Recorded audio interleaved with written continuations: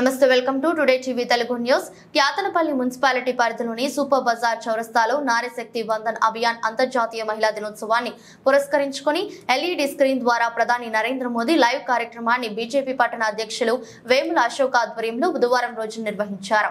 Narendra Modi 11:30 live ద్వారా మహిళా సోదరీమణులను ఉద్దేశించి వారి అభివృద్ధి చేసిన సంక్షేమ పథకాల గురించి ప్రస్తావించడం జరిగింది. దాదాపు 400 మహిళలు పాల్గొన్న ఈ కార్యక్రమానికి రాష్ట్ర కార్యవర్గ సభ్యులు, కేంద్ర ఫిలిం బోర్డు సభ్యులు ఆర్మూల పోషం, చిన్నూరు నియోజకవర్గ నాయకులు దుర్గం అశోక్ మాట్లాడుతూ మహిళలు అన్ని రంగాలలో రాణించాలని, మహిళా రిజర్వేషన్ బిల్లు దాదాపు 3 దశాబ్దాలుగా పెండింగ్ లో ఉండగా నారీశక్తి వందన్ అభియాన్ బిల్లు లోక్సభ, రాజ్యసభలోనూ ఆమోదం పొందింది.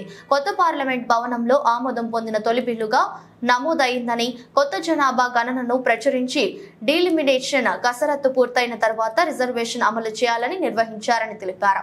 ఈ కార్యక్రమంలో సీనియర్ నాయకులు డివి దీక్షితులు, మండల అధ్యక్షులు రాజేందర్, పట్టణ బీజేపీ ప్రధాన కార్యదర్శి మా సత్యనారాయణ, జిల్లా కార్యవర్గ సభ్యులు జీరెడ్డి, కలధర్ రెడ్డి, సీనియర్ నాయకులు దండు రాజేందర్, చెప్పడి నరేష్, మేకల రమేష్, వైద్య శ్రీనివాస్, ముద్దసాని శ్రీనివాస్, బీజేవైఎం నాయకుడు సంతోష్ రామ్, ఓరిగడ్డి సాయి, బద్రి సతీష్, కుమారి రామ్ కిషోర్, ఉరుసు నరసయ్య తదితరులు పాల్గొన్నారు. మహిళా దినోత్సవం సందర్భంగా, అంతర్జాతీయ మహిళా దినోత్సవం సందర్భంగా ఎల్లుండి జరిగే మీ యొక్క దినోత్సవాన్ని భారతీయ జనతా పార్టీ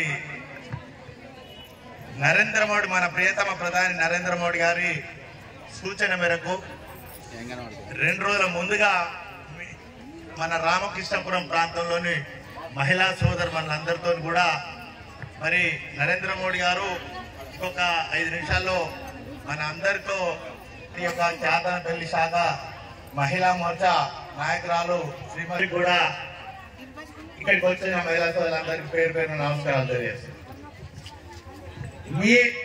మీ అందరికీ మరి ఎల్లుండి అంతర్జాతీయ మీ యొక్క హక్కు యొక్క దినం గురించి మరి మీ అందరికీ ఇక్కడ ఎంతమంది తెలుసు? ఒకసారి మహిళా సోదరులందరూ కూడా చేయలేవాల్సింది కోరుతా ఉన్నాం.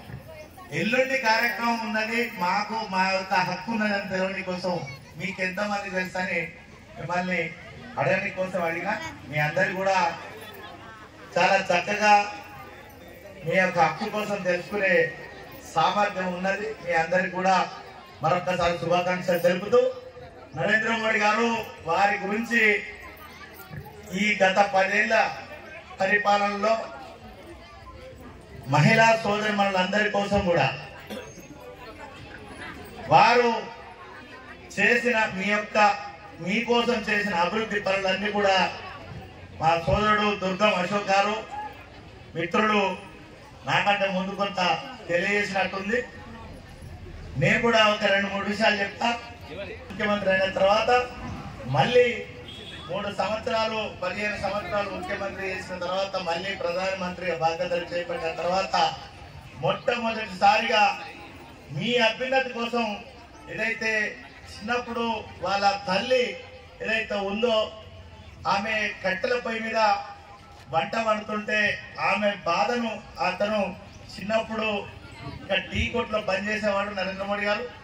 అప్పుడు చూసి అలా యొక్క తల్లి బాధను, తల్లి ఆవేదనను మనస్ఫూర్తిగా కళ్ళ నిండా చూసింది కనుక ఆయన ఆవేదన చెంది ఇలాంటి నా తల్లికి జరిగిన ఏదైతే బాధ ఉందో ఏ మహిళా సోదరి మనకి కలగద్దని చెప్పి మరి ప్రధానమంత్రి అయిన తర్వాత వెంటనే మహిళా సోదరి మనలందరికీ కూడా ఉచితంగా గ్యాస్ ఇవ్వడం జరిగింది.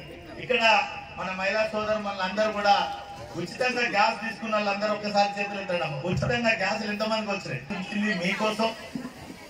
అదే విధంగా చిన్న పిల్లల చదువు కోసం కూడా బేటీ బచావ్ బేటీ పడావ్ అంటే చిన్న పిల్లల చదువు కోసం, పెద్దయిన తర్వాత వాళ్ళ పెళ్లిల కోసం కూడా అయ్యే ఖర్చును కూడా రికరింగ్ డిపాజిట్ ద్వారా చేయమని చెప్పి కూడా రెండు ప్రధాన అంశాలను ప్రధానంగా వారు ప్రధానమంత్రి అయినప్పటి నుండి ఇప్పటి వరకు మీ గురించి ప్రత్యేకించి ఆలోచించాడు. ఇంకొక విషయం కూడా, ఎవరైతే మహిళా సోదరుమణులు అసౌకర్యానికి గురి అవుతున్నారని చెప్పి కూడా స్వచ్ఛ భారత్ పేరు మీద ప్రతి ఒక్క మహిళా సోదరు అందరికి కూడా మరి మరుగుదొడ్లు మన అందరికి కూడా శాంక్షన్ చేసింది. మీ అందరికి కూడా గుర్తు. మరుగుదొడ్డు దాదాపుగా ఇక్కడ ఉన్న వాళ్ళు చాలా మంది కూడా మరుగుదొడ్డు శాంక్షన్ అయితే కూడా తీసుకోవడం జరిగింది. మీ యొక్క అభ్యున్నతి కోసం మీకోసం ఖర్చు పెట్టే ప్రతి ఒక్క మహిళా సోదరునికి ఎంతెంత ఖర్చు పెట్టారు అనే విషయాన్ని కూడా వారు ఇప్పుడు లైవ్ లో చెప్తారు, వారు ఇందులో చెప్తారు. వారు ఇందులో చెప్పిన తర్వాత మేము మళ్ళీ మీకు మీరు వినే ఓపుకుంటే మనం తెలుగులో కూడా అలా తర్జుమా చేసి చెప్తాం. మీరందరూ కూడా కొద్దిగా ఓపికగా వినాల్సిందిగా మిమ్మల్ని అందరినీ కూడా మనస్ఫూర్తిగా కోరుకుంటూ రానున్న రోజు